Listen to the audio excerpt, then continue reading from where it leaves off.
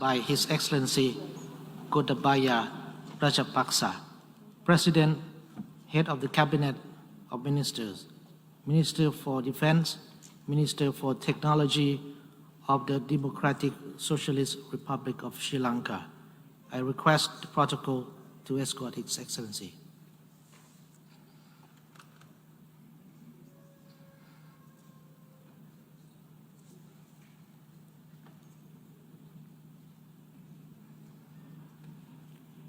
On behalf of the General Assembly, I have the honor to welcome to the United Nations His Excellency Gotabaya Rajapaksha, President of the Democratic Socialist Republic of Sri Lanka, and to invite him to address the Assembly. Mr. President, Secretary General, Excellencies, ladies and gentlemen, Ayubowan. I'm honored to represent Sri Lanka at this August gathering today. Let me first congratulate His Excellency Abdullah Shahid on being elected President of the 76th session of the General Assembly. Mr. President, you have long been a friend of Sri Lanka. We look forward to working closely with you in the year ahead. I also take this opportunity to convey our appreciation of His Excellency Volkan Bozkir's stewardship of the previous session of the General Assembly and to commend Secretary General Antonio Guterres for his leadership in these difficult times. Mr. President, the COVID-19 pandemic has had a devastating impact on humanity. I sympathize deeply with all who have lost their loved ones during the pandemic. I thank frontline healthcare and essential workers around the world for their dedication and commend the World Health Organization for its crisis response. I also greatly appreciate the rapid advances made by the scientific and medical communities in devising vaccines and treatment protocols to combat the virus. At the same time, we must recognize that the challenges surrounding production, distribution, deployment, and acceptance of vaccines must be overcome urgently if the spread of dangerous new virus strains is to be prevented. Ensuring that everyone, everywhere is vaccinated is the best way out of the pandemic. Although still a developing nation, Sri Lanka has been very successful in its vaccination program. We have already fully vaccinated nearly all those above the age of 30. Everyone over the age of 20 will be fully vaccinated by the end of October. We will start vaccinating children over 15 years of age in the near future. The rapid progress of vaccinations was enabled by coordinated efforts between healthcare workers, armed forces, and police personnel, government servants, and elected officials. In collaboration with the WHO, Sri Lanka is establishing a regional knowledge hub to facilitate exchange of lessons learned from COVID-19 and support countries to recover better. Sri Lanka also benefited greatly from financial and material support provided by bilateral and multilateral donors to manage the pandemic. I thank these nations and institutions for their generosity. The increased global cooperation visible during this ongoing crisis is greatly encouraging. However, there is still more to be done. Mr. President, the economic impact of the pandemic has been especially severe on developing countries.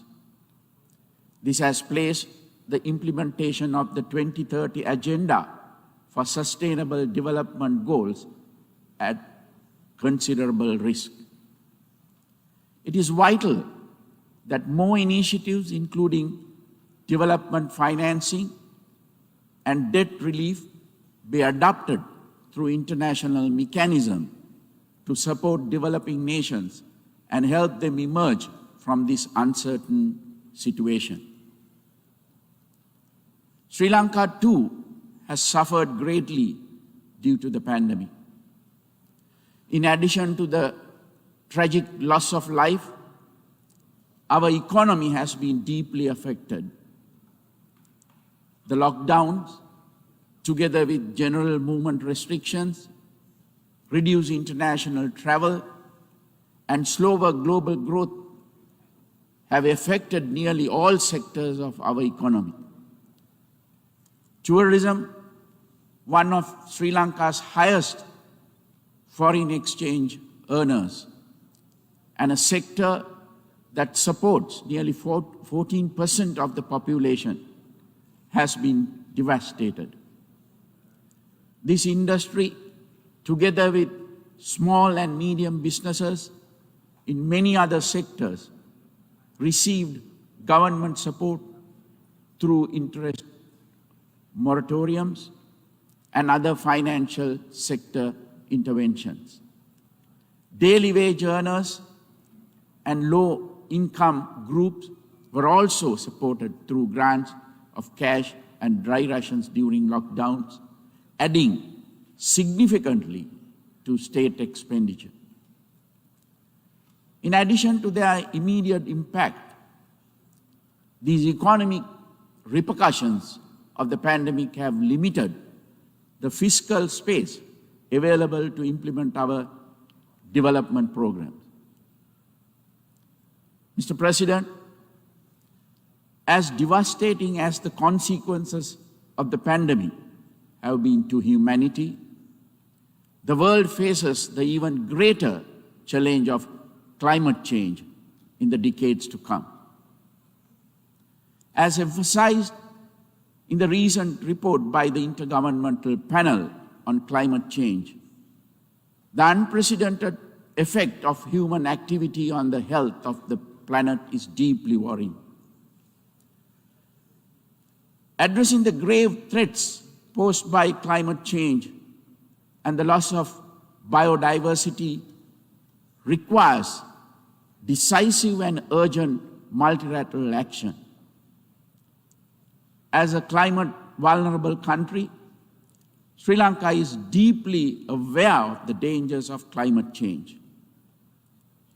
Sri Lanka's philosophical heritage, deeply rooted in Lord Buddha's teachings, also emphasizes the vitality of preserving environmental integrity. It is in this context that Sri Lanka is a Commonwealth Blue Charter champion and leads the Action Group on Mangrove Restoration. Through the adoption of the Colombo Declaration on Sustainable Nitrogen Management, which seeks to have nitrogen waste by 2030, Sri Lanka has also contributed to global efforts to reduce environmental pollution. Having participated virtually in the pre-summit held in April, I trust that the United Nations Food Summit later this month will result in actionable outcomes to promote healthier, more sustainable and equitable food system globally. Such outcomes will be crucial to human health as well as to the health of our planet. Sustainability is a cornerstone of Sri Lanka's national policy framework. Because of its impact on soil fertility, biodiversity, waterways and health, my government completely banned the use of chemical fertilizers, pesticides and weedicides earlier this year. Production and adoption of organic fertilizer as well as investments into organic agriculture are being incentivized. I appreciate the encouragement received from many global institutions and nations for our efforts to create a more sustainable agriculture in Sri Lanka. The conservation of our environment is one of our key national priorities. We aim to increase forest cover significantly in the coming decades. We are also working to clean and restore over 100 rivers countrywide and to combat river and maritime pollution. We have also banned single-use plastics to support ecological conservation. Sri Lanka recognizes the urgent need to reduce use of fossil fuels and support decarbonization. Our energy policy seeks to increase the contribution of renewable sources such as solar, wind, and hydropower to 70% of our national energy needs by 2030.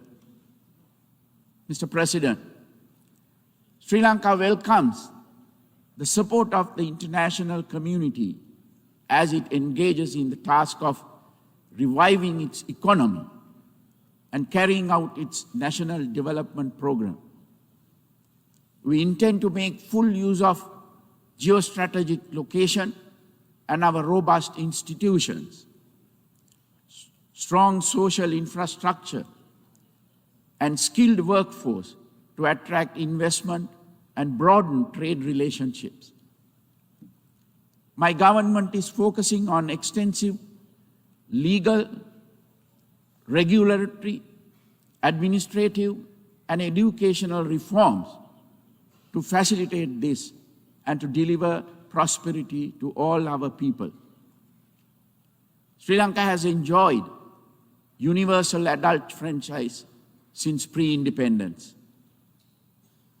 The democratic tradition is an integral part of our way of life. My election in 2019 and the parliamentary elections in 2020 saw Sri Lankan voters grant an emphatic mandate to my government to build a prosperous and stable country and uphold national security and sovereignty. In 2019, Sri Lanka experienced the devastation wrought by extremist religious terrorists in the Easter Sunday attacks. Before that, until 2009, it had suffered from a separatist terrorist war for 30 years. Terrorism is a global challenge that requires international cooperation, especially on matters such as intelligence sharing, if it is to be overcome. Violence robbed Sri Lanka of thousands of lives and decades of prosperity in the past half-century. My government is committed to ensuring that such violence never takes place in Sri Lanka again. We are therefore acting to address the core issues behind it, fostering greater accountability, restorative justice, and meaningful reconciliation through domestic institutions is essential to achieve lasting peace. So too is ensuring more equitable participation in the fruits of economic development. It is my government's firm intention to build a prosperous, stable, and secure future for all Sri Lankans, regardless of ethnicity, religion, or gender. We are ready to engage with all domestic stakeholders and to obtain the support of our international partners and the United Nations in this process. However, history has shown that lasting results can only be achieved through homegrown institutions reflecting the aspirations of the people. Sri Lanka's parliament, judiciary, and its range of independent statutory bodies should have unrestricted scope to exercise their functions and responsibilities. Mr. President, Excellencies, distinguished delegates, if, in keeping with the theme of our general debate today, we are to truly build resilience through hope, we must all strive towards the common good. It is the role of the United Nations to facilitate this by treating all sovereign states, irrespective of size or strength, equitably and with due respect for their institutions and their heritage. I request the United Nations and the international community to ensure the protection of the Buddhist heritage of Afghanistan. I call on the member states of this August Assembly to work together in a spirit of true cooperation, generosity, goodwill, and mutual respect to foster a better and more sustainable future for all humanity. Thank you. On behalf of the General Assembly, I wish to thank the President, Head of the Cabinet Ministers, Minister for Defense, Minister for Technology of the Democratic Socialist Republic of Sri Lanka for the statement.